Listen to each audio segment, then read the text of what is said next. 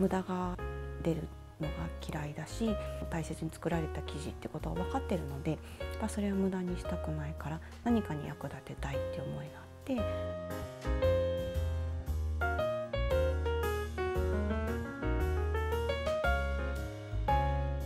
町屋って寒いし暗いしね、あんまりいいイメージがなかったのでどうかなと思ってたんですが、もともとその古いものとか家具とか集めるのが好きだったので、暗いけど横から入る光も綺麗やし、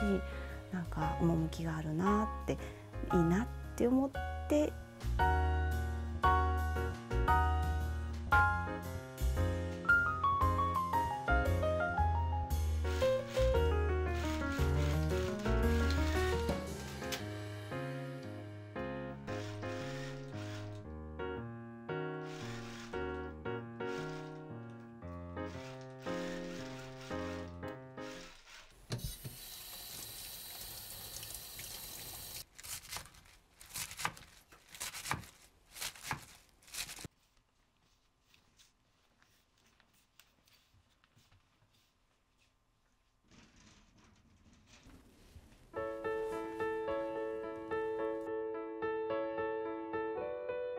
半分は料理に使って半分はちょっと保存食にしとこうかなっていう感じで。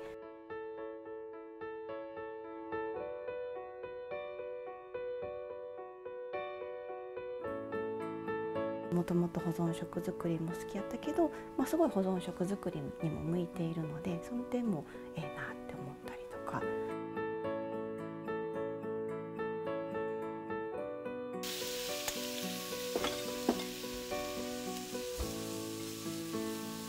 旬のものを美味しく食べきる知恵なので。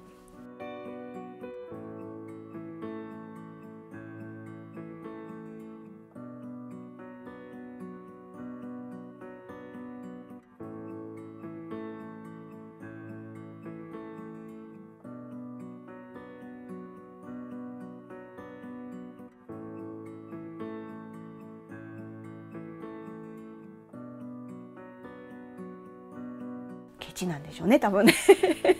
そう、でも母が割とそういう感じで、なんかご飯粒余ったらなんか溶いて海苔にしてたりとか。